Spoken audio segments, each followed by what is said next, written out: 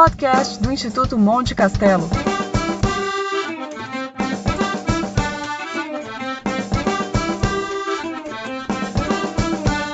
Apresentação: Gabriel de Arruda Castro.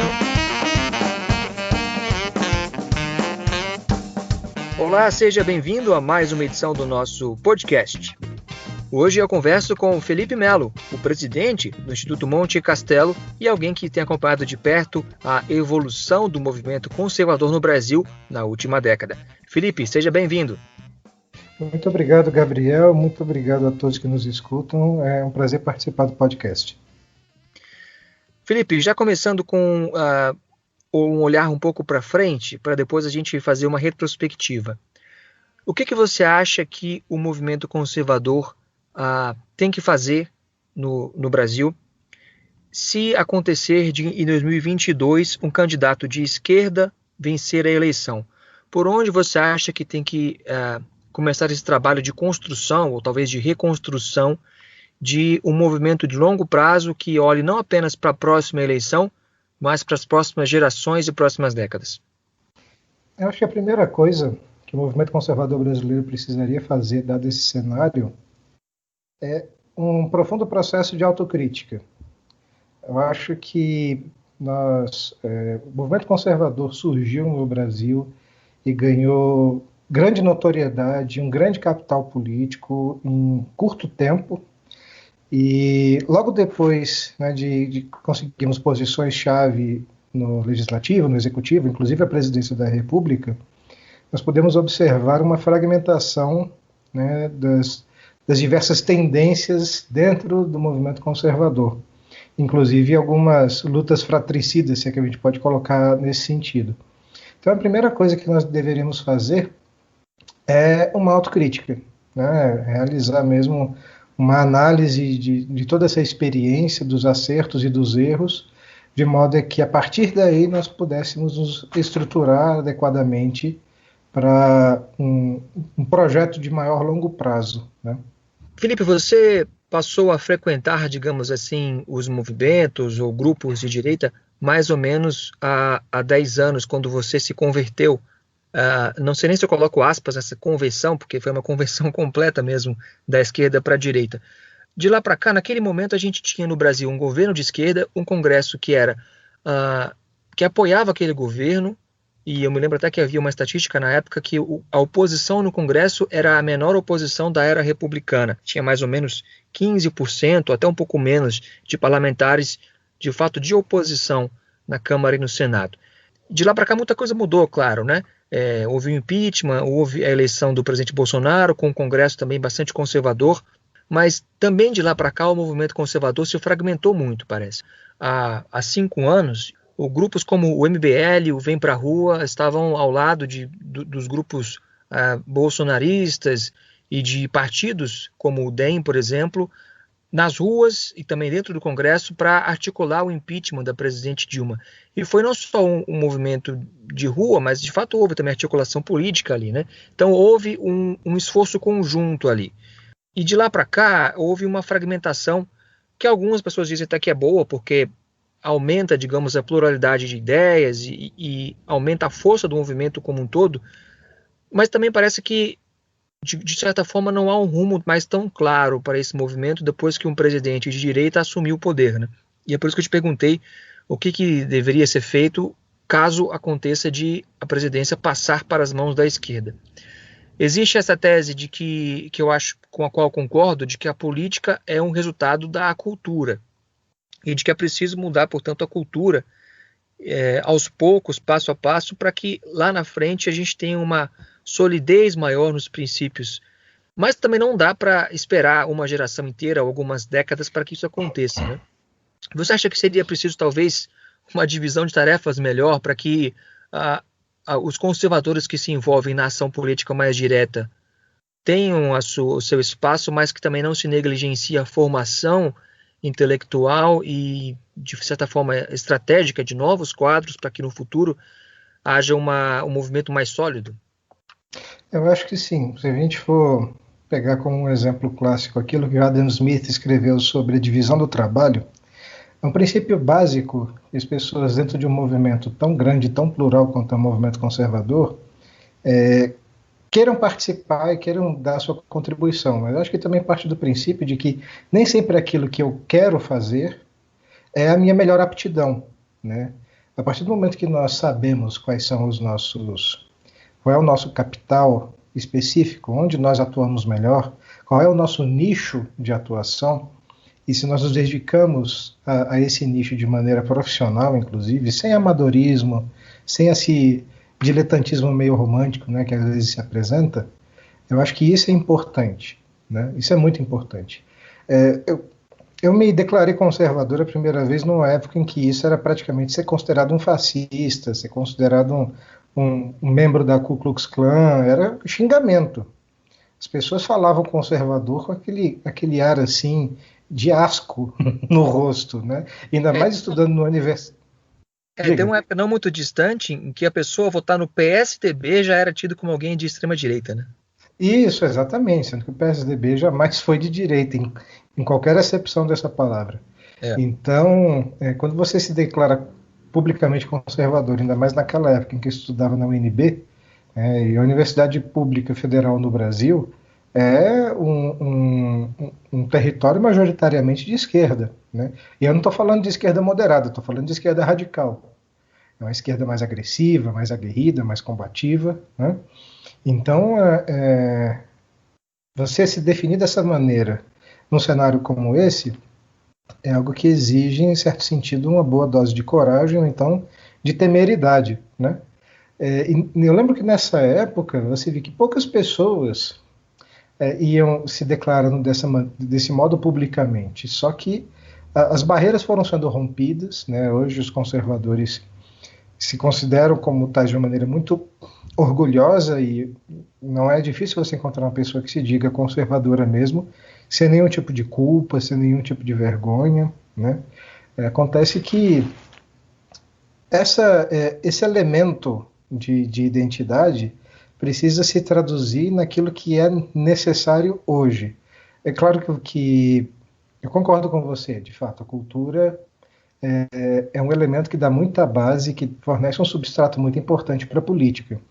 Agora, quando nós falamos, né, da influência cultural que era exercida por movimentos políticos específicos nas décadas de 40, 50, 60, eles fizeram algo muito importante para conseguir o seu espaço, a hegemonia política, né, seguindo, por exemplo, princípios como de Antônio Gramsci, né, da guerra de posições, de você ocupar espaços estratégicos na sociedade, mas eles contavam com um processo geral de transformação cultural muito mais lento do que nós temos hoje, né? Hoje, até mesmo em virtude das tecnologias digitais, das redes sociais, a coisa toda se dá de uma maneira muito mais intensa, muito mais rápida, né? Nós podemos ver, por exemplo, o que tem acontecido nos Estados Unidos, né?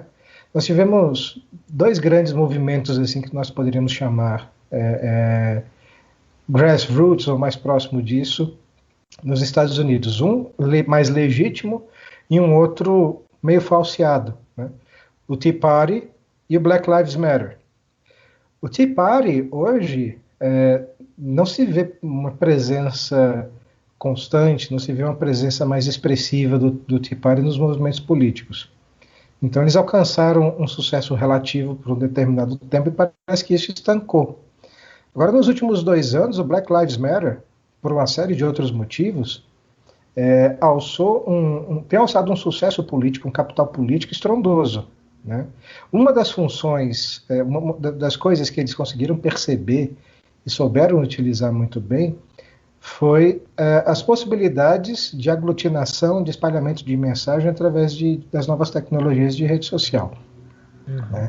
É claro que quando você almeja uma transformação social, política, numa determinada nação, né, dentro do seu país, você não pode negligenciar a cultura. Não se trata de você resumir tudo ao jogo político, porque senão você está fadado ao fracasso. No entanto, eu acho que hoje existe uma dinâmica de mútua interferência. A cultura influencia a política, mas a política também influencia a cultura, né?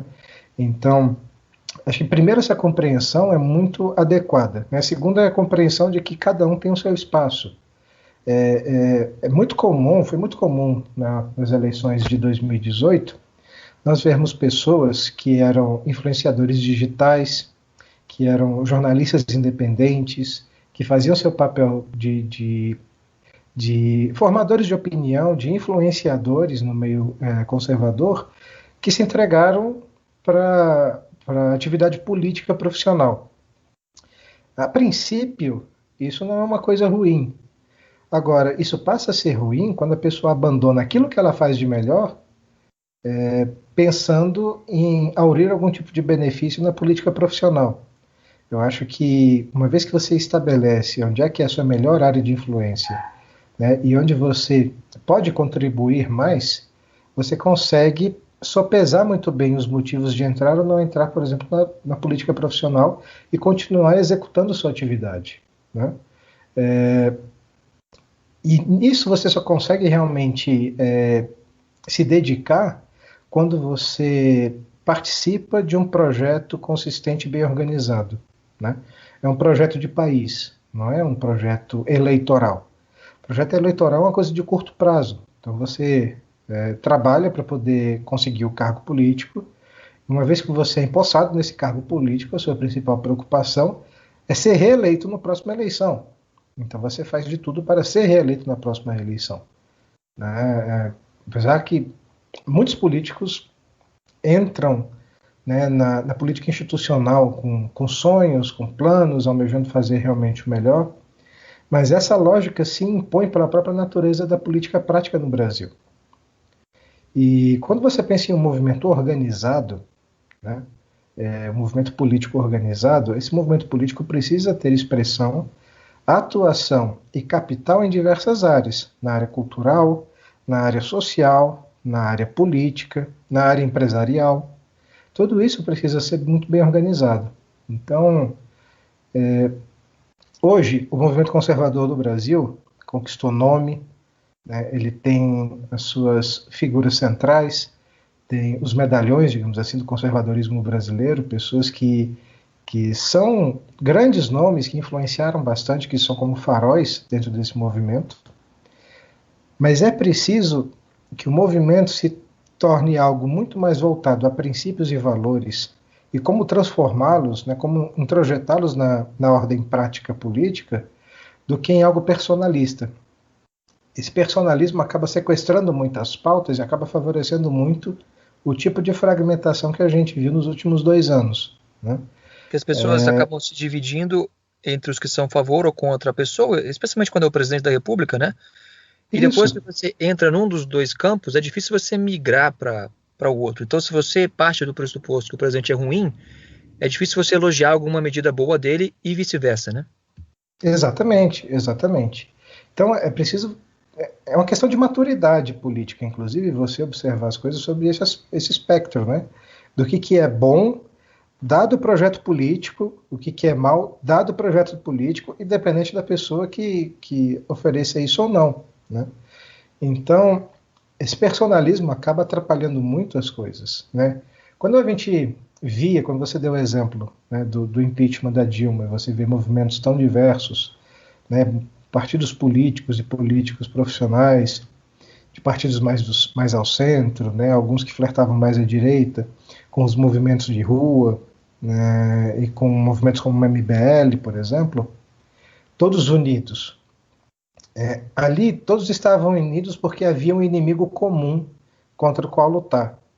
Quando você luta contra um inimigo comum e você vê as ameaças representadas nesse inimigo comum, é mais fácil você aglutinar as forças, né, do bando opositor, digamos assim, e mobilizar essa força politicamente.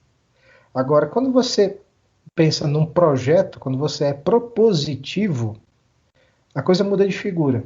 Quando você é propositivo, você precisa ter firmeza de convicção naquele projeto, precisa ser um projeto muito bem planejado, muito sólido do ponto de vista dos valores e dos princípios, e exequível, para que esse projeto possa animar as pessoas a fazê-lo e seguir adiante, né? Muito do sucesso eleitoral que os conservadores tiveram nas eleições de 2018 foi em virtude de um sentimento anti-PT. Foi um sentimento de não podemos permitir que isso volte a acontecer, né? E muita gente que não é conservadora de fato surfou nessa onda, né?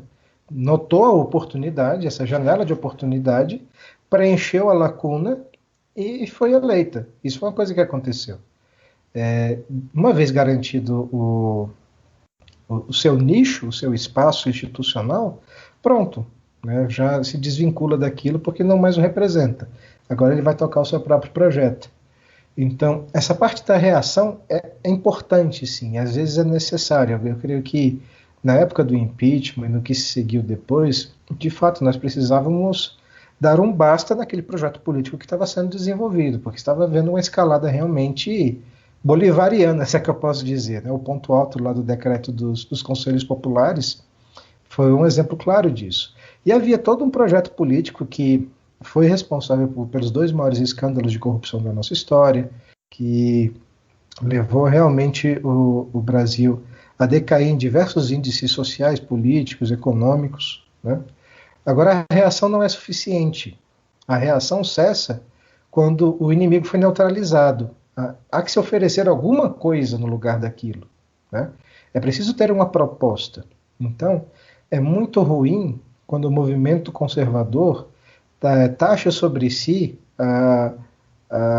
o rótulo de anti alguma coisa, né? Então nós somos antissocialistas, nós somos anti-aborto, nós somos anti-isso, anti-aquilo. Não, tudo bem, nós somos. Mas nós não somos meramente antissocialistas, nós somos pró-livre mercado. Nós não somos anti-aborto, nós somos pró-vida, né? Então quando você oferece algo para as pessoas, quando você mostra que você possui uma proposta, que essa proposta vai além da mera reação, né? Isso é muito importante, é isso que faz o movimento ganhar corpo, ganhar tônus para poder fazer as mudanças necessárias. E, de fato, vou voltar a repetir, é preciso que as pessoas tenham noção de qual é o seu papel dentro do movimento conservador, né? Ninguém pode fazer tudo, né? E ninguém pode também levar os méritos por tudo, né?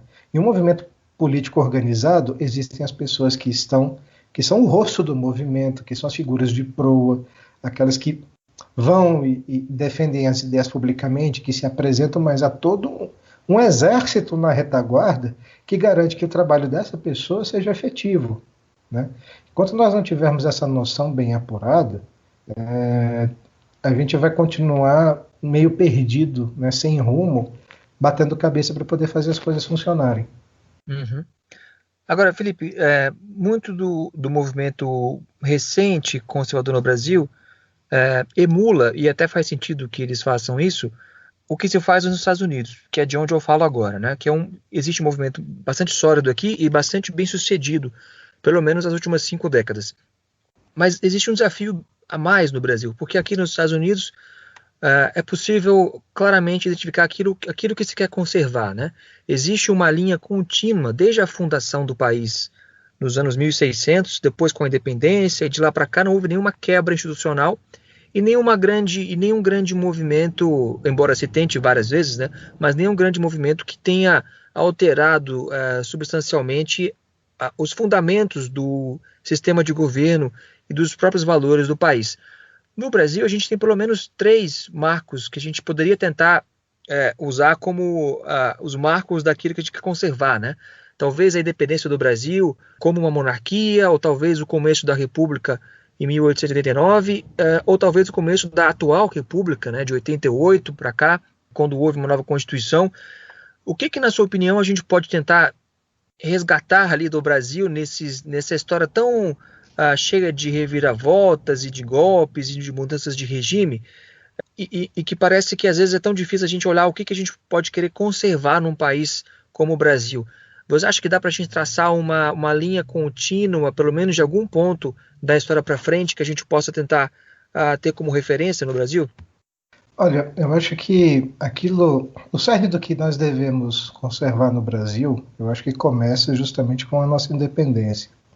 Uma coisa que é muito importante a gente salientar, de fato, O movimento conservador, assim como os movimentos da nova esquerda no Brasil, olham para os Estados Unidos e tiram sua inspiração de lá, né? Inclusive, com as próprias pautas do Black Lives Matter, por exemplo, existe uma tentativa constante aqui no Brasil de introdução de temas racialistas na política que fazem com que a gente tentam colocar, né, esses assuntos em prática. Do nosso movimento conservador, a gente olha muito para institutos como, por exemplo, a Heritage Foundation, né, como o Leadership Institute, como outros institutos, outros movimentos e figuras de proa do movimento conservador norte-americano, para buscar inspiração. Eu acho que nesse sentido, uma coisa que nós precisamos fazer é estudar, primeiro, os métodos de atuação desses movimentos, dentro do contexto específico deles, e avaliar como isso pode ser importado para o nosso, né? Com relação ao que nós temos que conservar da nossa história, da nossa tradição, a gente pode ver muito bem a partir do movimento de formação brasileira que nós passamos a ter após a independência, né? Todo aquele esforço, né, que começa com a vinda da corte portuguesa para o Brasil em 1808, né, com todos os movimentos aqui para a consolidação política do Brasil como um Estado-nação independente, a instituição da monarquia, a consolidação de um poder moderador, né, tudo isso precisa ser estudado do ponto de vista institucional para ver do que institucionalmente nós devemos conservar, né? E eu acho que traços fundamentais da nossa cultura, das nossas tradições, que aí já não depende tanto de um estudo historiográfico profundo, mas que também valem a pena ser mantidos, merecem ser conservados. Acho que o primeiro traço que nós devemos manter é a tradição cristã. Aqui. Não se trata de transformar o Brasil num Estado confessional, não é isso. Mas é o fato de que nós devemos reconhecer que o Brasil é um país de formação cristã, que essa formação cristã está impregnada nas suas instituições, está impregnada em traços fundamentais da sua cultura e na expressão da religiosidade do povo. Um dos primeiros atos do Brasil, né, depois da chegada dos portugueses, foi uma missa, né? Exatamente. A primeira missa foi celebrada no Brasil, salvo engano, no dia 8 de maio. Foi 8 de maio de 1500, a primeira missa celebrada no Brasil. E um dos nomes do Brasil era Ilha de Vera Cruz e Terra de Santa Cruz. Então, isso marca muito bem a identidade cultural cristã do nosso país. E essa identidade cultural cristã, religiosa cristã, influenciou muitos aspectos fundamentais da nossa cultura. Quer dizer, nós podemos ver que, apesar de todos os esforços que se vê em músicas, em trabalhos de novelas, e todo um esforço cultural para fazer avançar determinadas pautas afeitas ao feminismo, como, por exemplo, o aborto e o divórcio, né, o aborto continua sendo algo rejeitado pela esmagadora maioria da população brasileira, né? Também continua sendo rejeitada a ideia de que você tem que, por exemplo, abolir o dia de comemoração dos pais e das mães nas escolas por questão de sensibilidade ou por uma questão de gênero. Então, esses aspectos fundamentais da nossa cultura são traços que nos identificam como um povo, fazem parte da nossa identidade nacional. E nós temos que reafirmar esses valores de uma maneira desavergonhada, se é que eu posso dizer assim. Nós não precisamos pedir desculpas por afirmar essa identidade. Isso reflete o que nós somos. Um outro traço característico do nosso povo é que nós somos pessoas pacíficas no nosso dia a dia. Não existe um belicismo no comportamento natural do brasileiro, né? Nós tivemos a capacidade, ao longo dos séculos, de agregar diversos povos distintos que para cá vieram e formar uma comunidade que é uma comunidade, até onde se vê, coesa, que não é uma comunidade segregada, porque esses diversos povos se misturam num grande caldo, né, de miscigenação de raças, de miscigenação de nações, de culturas distintas. E por um bom tempo foi utilizada uma retórica divisionista ao se tratar do povo brasileiro. Uma retórica que quer colocar, por exemplo, negros contra brancos, que quer colocar homens contra mulheres, que quer colocar professores contra alunos ou filhos contra pais. E esse tipo de retórica divisionista é algo que vai maculando esse caráter cordial, digamos assim, do povo brasileiro. Né? E só para interrupção, essas pautas, muitas delas são importadas, né? As pessoas imitam debates, por exemplo, que acontecem nos Estados Unidos e em outros países, e que partem de pressupostos totalmente diferentes, né? No Brasil, a população, desde o início, já foi bem mais miscigenada, então a própria noção de brancos e negros é muito mais complexa. A classificação oficial lá considera negros pessoas que se dizem pardas. Então, por exemplo, no Amazonas, mais de 80% da população se considera parda, mas são pessoas indígenas, na maioria, de origem indígena, e elas acabam sendo colocadas como se fossem afro-brasileiros, né? Então tem uma confusão, inclusive, estatística aí. Mas mais do que isso, o Brasil, por exemplo, nós estamos falando aqui de um instituto que se chama Monte Castelo, e as tropas brasileiras que lutaram na Segunda Guerra Mundial não eram segregadas racialmente, é uma coisa que praticamente não existia no Brasil naquele momento, e as tropas americanas eram racialmente divididas, né? Exatamente. E evidentemente que num país que teve segregação oficial até os anos 60, como nos Estados Unidos, faz mais sentido você falar numa reparação para aquelas mesmas pessoas que até poucos anos antes eram oficialmente discriminadas, né? Então daí vem a ideia de cotas raciais e tudo mais. Agora no Brasil dos anos 2000, você trazer isso artificialmente traz mais prejuízos do que benefícios, né? Então, isso não leva em consideração as peculiaridades históricas, sociais e culturais do Brasil. Isso é um risco que o movimento conservador brasileiro acaba quase caindo, né, em muitos momentos. Quando nós enxergamos os movimentos conservadores, as pautas conservadoras, as figuras de proa do conservadorismo norte-americano e algum conservadorismo britânico, né, nós podemos cair na tentação de pegar as pautas que eles defendem e aplicar de maneira irrefletida aqui. A gente precisa ter uma compreensão de que a formação histórica, né, a formação cultural brasileira é muito diferente da formação norte-americana. A formação norte-americana é uma formação de viés...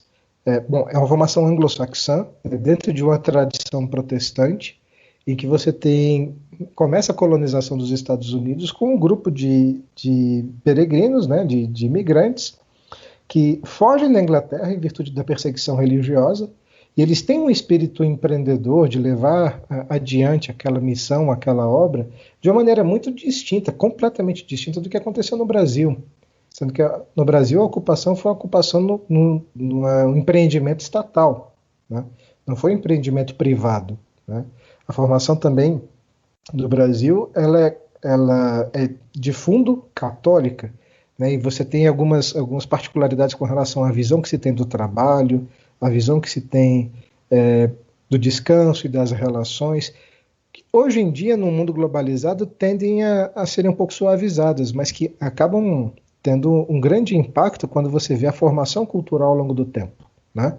Então, as particularidades do Brasil, do caso brasileiro, precisam ser conhecidas pelo movimento conservador e elas precisam ser levadas em consideração quando nós enxergamos os nossos problemas, né? Quando você importa pautas dessa maneira, o que você está, no fim das contas, fazendo é transformando o Brasil num tubo de ensaio para problemas que não são nossos, né? Você acaba criando problemas que, de fato, aqui não existem. Com relação, por exemplo, ao aspecto racial. Existe racismo no Brasil? Existe. Isso ninguém vai negar. Que existe racismo no Brasil. Agora, o Brasil é um país racista? Isso não é. O Brasil nunca teve, por exemplo, nenhum tipo de legislação que fosse semelhante às leis de Jim Crow. Nunca teve, né? Nós somos o último país do Ocidente, e isso é jogado na nossa cara como se fosse um defeito, né, que aboliu a escravidão. Mas nós abolimos a escravidão no Brasil sem derramamento de sangue. Não foi como, por exemplo, o que aconteceu no Haiti, em que houve um massacre absurdo lá na Revolução Haitiana. Nós não deixamos com que isso acontecesse aqui. De fato, a população negra no Brasil, historicamente, foi esquecida, né? E você tem uma explicação de por que a maior parte da população pobre é negra e parda, justamente pela desatenção do poder público com relação a essa população. Agora, você pegar essa situação e importar um termo exterior chamado racismo sistêmico, dizer, não, aqui no Brasil nós temos racismo sistêmico e estrutural. Desculpa, você está só repetindo um jargão, né? Então, esse tipo de consciência, de adequação de princípios, de métodos de ação, de pautas, e a avaliação de que se isso é realmente condizente com o que acontece no Brasil é muito necessário, né? Nós temos muito que aprender com os movimentos conservadores de fora. Nós temos muito que aprender, sobretudo, com relação à maneira de se organizarem, a como são divididas as atividades, a como são feitos os métodos de ação, como eles constroem as redes de colaboração pelo país todo. Tudo isso é algo necessário para a gente. Agora, se nós quisermos oferecer, né, às pessoas aqui no Brasil uma opção conservadora autenticamente brasileira, é necessário que nós conheçamos o que é o Brasil. Nesse sentido, a gente precisa resgatar autores brasileiros que foram aos poucos sendo esquecidos e desvalorizados e atacados por motivos políticos, né? Se nós nos dedicássemos um pouquinho mais a ler autores como Gilberto Freire, que explica tão bem a alma brasileira, nós teríamos aí um ponto de partida muito interessante para conhecer como é o nosso povo, né? E é muito importante você ter noção de que povo você faz parte, né? Às vezes a gente fica, sobretudo a gente que é mais de classe média, que tem um contato muito maior com as coisas de fora, que tem uma espécie de desvinculação, né, com os nossos problemas e as questões mais brasileiras, porque a gente está naturalmente voltado com os olhos muito mais para fora do que aqui para dentro, a gente se esquece do que é ser brasileiro de fato, né? E o movimento conservador precisa entender quem é o brasileiro, né? Precisa entender o que é a cultura brasileira, precisa entender quais são as tradições brasileiras, né? O povo brasileiro é um povo que tem fé, é um povo que valoriza a vida, que valoriza o trabalho, que quer manter os frutos do seu trabalho, que quer que o governo funcione adequadamente. Ele não espera apenas benesses do governo, não espera apenas vantagens, né? Não tem esse espírito de caroneiro, né?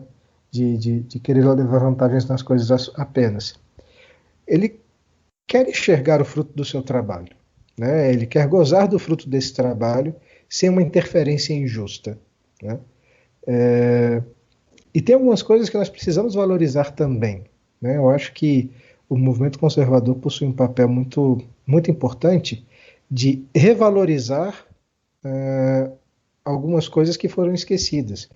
Se você olhar hoje para a lógica das cidades brasileiras, quando nós vamos para os lugares um pouco mais de periferia, sobretudo, mesmo os locais que não são tão periferia assim, que o pessoal mais classe média, as pessoas não sentem uma ligação com o lugar onde elas vivem. Elas enxergam a casa como um refúgio do mundo exterior, mas ela não tem aquele sentimento de pertença àquele local, né? Existe essa desagregação, essa falta de sentimento de pertença, que é muito comum. E tem uma coisa muito curiosa, Felipe, só uma breve interrupção. Claro. Eu estava olhando os dados de segurança pública em São Paulo, eu acho que são dados de 2 anos atrás, mais ou menos. a delegacia com menos ocorrências, a região mais segura, de acordo com as ocorrências policiais, fica na Moca, que não é nem um bairro rico e nem é um bairro afastado, assim, numa área mais segura, digamos assim, geograficamente. É um bairro que fica bem perto do centro de São Paulo, não é um bairro muito rico, mas o grande diferencial da Moca é que é um bairro ainda com esse senso de comunidade. As pessoas se sentem parte da Moca, elas conhecem os vizinhos, elas vão na mesma confeitaria, vão nos jogos da Juventus da Moca no fim de semana, vão na missa, tem até um sotaque próprio da Moca, que é bem curioso, e não é uma região especialmente rica e nem é uma região que fica perto do centro de São Paulo, que é uma área com criminalidade bastante elevada, pelo menos quando se fala em furto, por exemplo, e uso de drogas. E ainda assim a Moca é segura. Ou seja, quando a gente fala nesse apreço à comunidade, ao local em que se vive, não é apenas uma abstração, assim, uma coisa afetiva, mas esse apreço, essa vida em comunidade tem consequências diretas, por exemplo, sobre a segurança pública, né? Exatamente, ela tem uma consequência bastante prática. Se você conhece as pessoas junto das quais você mora, se você está ali há muito tempo, né, e você vê o desenvolvimento, vê a transformação do local, você consegue criar um vínculo próprio com aquele espaço, né? Você acaba desenvolvendo um sentimento de pertencimento, não só de que você pertence àquele espaço, mas como aquele espaço te pertence. Você está inserido dentro de uma lógica que é orgânica. Acho que isso é fundamental. Nós precisamos resgatar uma das coisas que nós precisamos resgatar é esse sentimento de comunidade, esse sentimento orgânico, de você olhar para a rua da sua casa e não enxergar ali apenas a via de acesso para o seu refúgio. Você vai se esconder toda noite quando você volta do trabalho, né? Não se trata disso. Se trata de um espaço de convivência, não só de um espaço de sobrevivência. Infelizmente, os espaços urbanos no Brasil são tratados hoje como espaços de sobrevivência. Se você não desenvolve um sentimento de pertença àquele local e àquela comunidade, você não desenvolve os laços mínimos de cooperação e fraternidade necessários para formar um corpo político saudável. Então, isso é uma das coisas que nós precisamos resgatar. Se nós queremos fazer transformações duradouras no Brasil do ponto de vista político, é necessário, sim, atuação direta no movimento político, é necessário, sim, uma atuação cultural, digamos, mais elevada, mas é necessário uma atuação popular junto das pessoas, né? É por isso que é muito importante o papel dos influenciadores que são capazes de pegar todo esse rico arcabouço de ideias, de conceitos, de experiências, de tradições e consegue traduzir na linguagem que as pessoas consigam entender. Alguns conservadores brasileiros, até de maneira um pouco caricatural, acabam caindo no mesmo estereótipo. É o cara que tira foto na frente de um punhado de livros, usando gravata borboleta e fumando charuto. Então, assim, acaba se tornando uma caricatura, né? Uma emulação de conservadores britânicos e americanos. Então, sabe, você precisa de um sujeito que seja um conservador que suje as mãos, entendeu? Um sujeito que, poxa, joga futebol no fim de semana no campinho que tem ali na comunidade, junto com a galera, e que seja capaz de conversar com ele sobre assuntos do dia a dia, de entender as preocupações. Então, essa transmissão desses valores, desses princípios, né, numa linguagem que as pessoas compreendam, elas vão ver isso refletido. Quer dizer, quem é que não valoriza a própria família, né? Você pensa... É muito engraçado quando você vê alguns discursos progressistas. Por um lado, dizem que a família é uma instituição falida e, por outro lado, relativizam o que significa família, como se qualquer coisa pudesse ser considerada família, né? Uma pessoa morando sozinha com um cachorro é uma família. Não, não é. Então, as pessoas têm uma ideia clara do que são essas coisas. Muitas vezes elas não conseguem traduzir isso de uma maneira racional, porque ela está no nível subconsciente. porque está impregnado, é a cultura delas, é a tradição delas, ela recebeu isso. Ela vai proteger, ela vê que tem valor, ela não consegue explicar talvez por quê.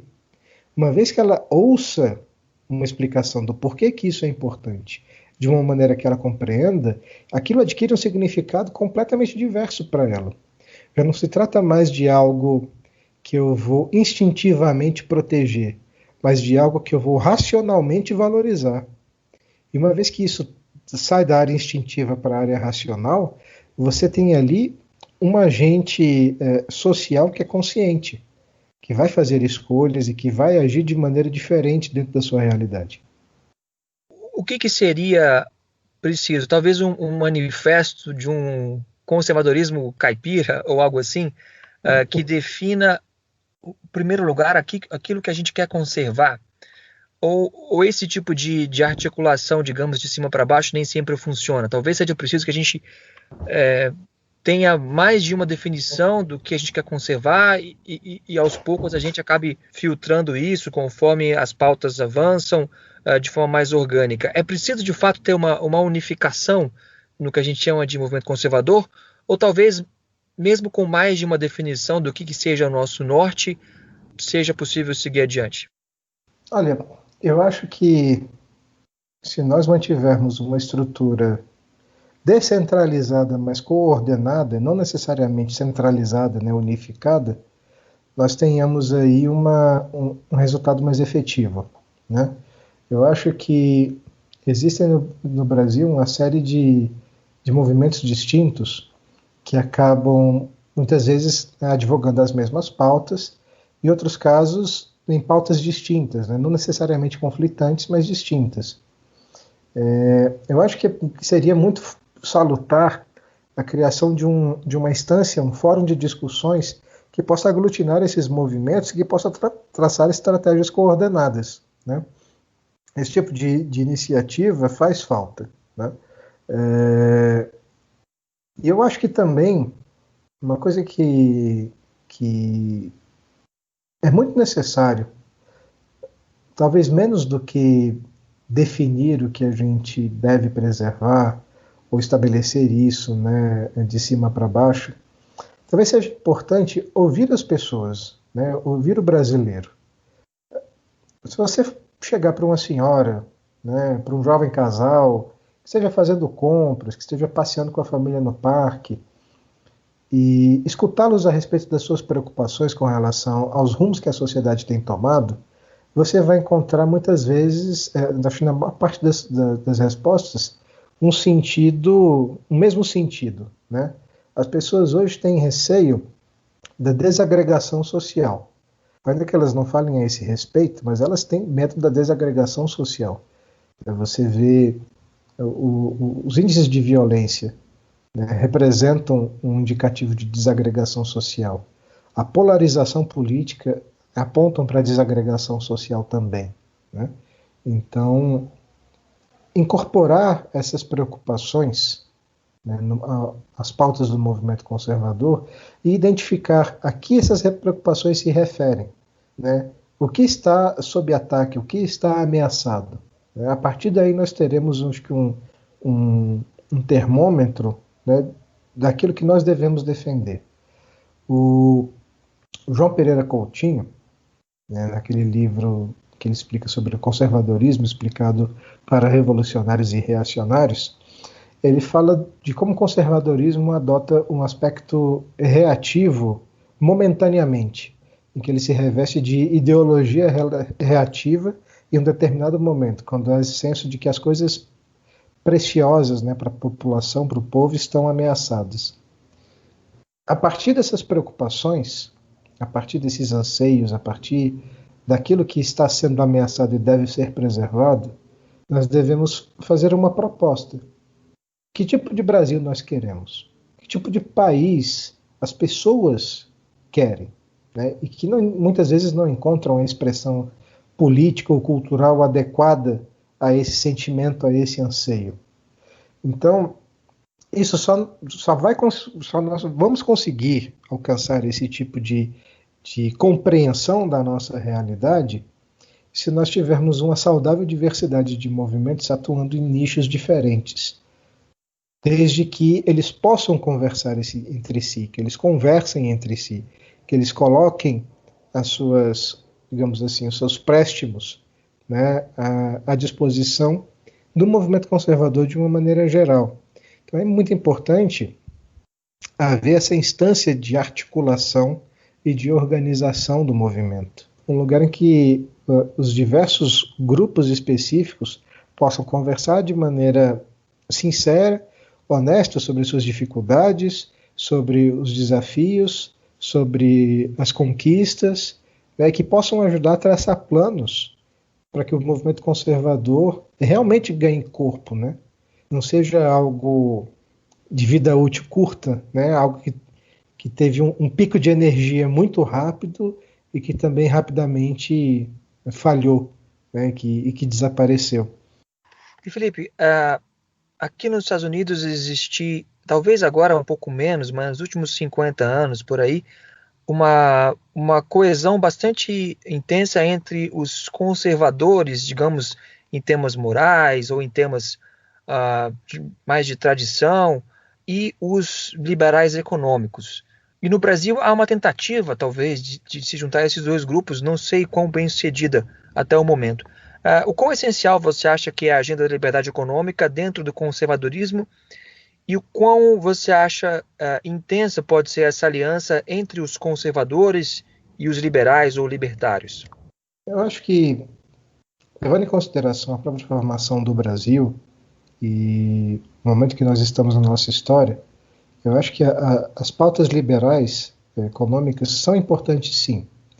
Existe um problema sério de agigantamento da máquina estatal no Brasil, né, um problema muito mais sério de racionalidade tributária na gestão dos assuntos financeiros aqui no Brasil, que é um pandemônio, realmente a situação lamentável.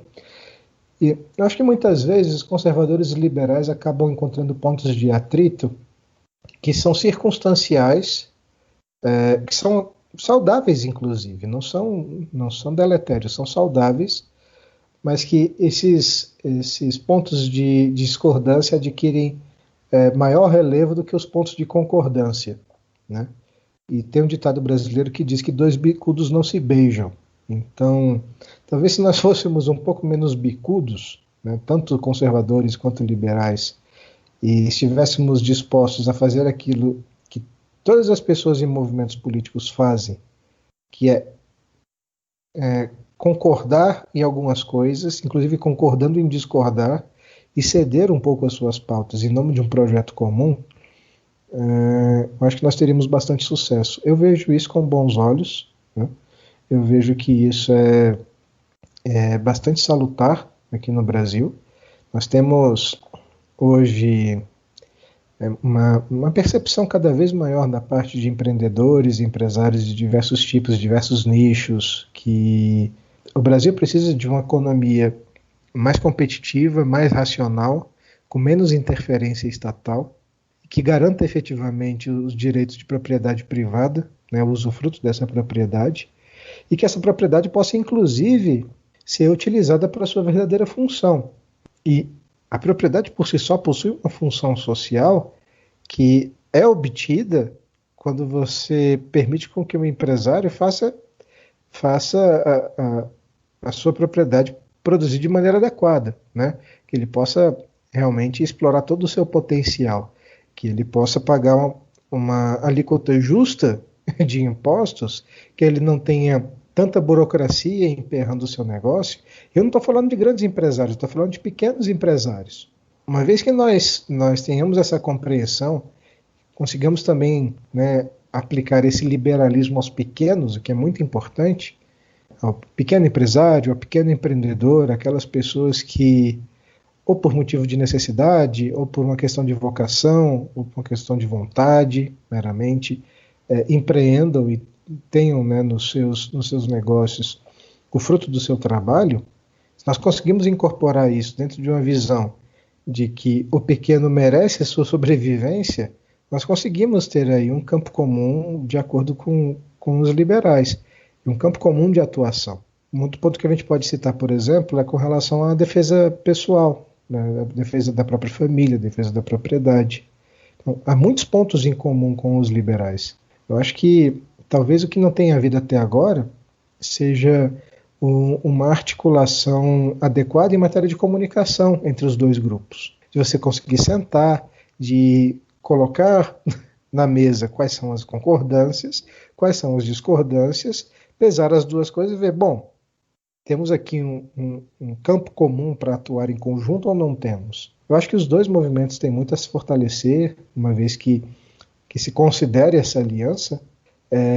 Acho que o que é necessário de fato é a boa vontade de que isso seja feito, a honestidade com relação ao que se está disposto a abrir mão, o que não se está disposto, aquilo que é absolutamente essencial e aquilo que é uma questão marginal, ainda que tenha alguma importância e que você pode sacrificar efetivamente. E ao longo do tempo as coisas se transformam, né? Ao longo do tempo, à medida que você vai conseguindo sucesso, né, nas pautas, nas reivindicações, essa situação pode se transformar de maneira ainda mais positiva. E eu percebo que no Brasil, até alguns anos atrás, não havia uma distinção tão clara entre liberais e conservadores. Muitas pessoas que se diziam liberais eram, na verdade, conservadoras e vice-versa. E acho que faz sentido, porque a gente acaba adotando, às vezes, a nomenclatura que vem de outros países, mas na tradição europeia e ibérica, o termo liberal geralmente se refere mesmo a pessoas mais conservadoras, né? Pelo menos em alguns momentos da história foi assim. E no Brasil, pelo que eu percebo, não há muitos grupos liberais ou partidos liberais que defendam, por exemplo, ostensivamente o aborto liberado ou alguma pauta um pouco mais agressiva. Geralmente eles têm posições mais moderadas também nessas outras áreas. Então acho que existe um campo realmente que pode ser explorado em comum. E para isso é preciso ter maturidade e para olhar um pouco além da guerra política do dia, da guerra eleitoral do dia, e olhar para a construção de uma sociedade de fato baseada nesses valores e princípios que, em grande parte, os dois lados defendem. Né? Isso, exatamente. Nós podemos, por exemplo, apontar que os dois lados defendem a vida, a liberdade, a propriedade, defendem que as pessoas são livres justamente porque devem ser capazes de arcar com a responsabilidade dos seus atos, defendem que a pessoa tem o poder de definir, deve ter o poder de definir aquilo que faz com a sua propriedade, deve ter o poder de defender a sua propriedade, de defender a sua família. Então nós temos aí um grande campo, não só de assuntos mais práticos, mas de temas mais de valores e de princípios que são muito, muito grandes, né? São muito substanciais. Eu acho que é necessário que nós façamos mesmo esse trabalho de conversa, de negociação e de comprometimento. A gente não precisa adotar plenamente as pautas dos liberais, eles também não precisam se transformar em conservadores para isso, né? Nós podemos concordar e discordar em muitas coisas, mas há muito espaço para concordância, há muito espaço para trabalhos conjuntos, né? Eu acho que não explorar isso é um desperdício tanto para eles quanto para nós. Muito bem. Felipe, obrigado pela conversa, pelas reflexões. Acho que tem muito material que a gente pode tomar dessa conversa e pensar um pouco melhor para a gente conversar com outros grupos e construir pontes e construir um movimento mais sólido para as próximas gerações, para as próximas décadas, que olhe um pouco além das eleições, embora as eleições sejam essenciais, né? Eleições que tenham resultados trágicos ou negativos para a gente, talvez impeçam que a gente construa esse movimento. Então, as duas coisas são importantes e é preciso, como a gente conversou, ter um equilíbrio nessas duas missões. Obrigado, Felipe Melo, presidente do Instituto Monte Castelo, pela conversa e até breve, Felipe. Até breve. Muito obrigado a todos e sigamos juntos.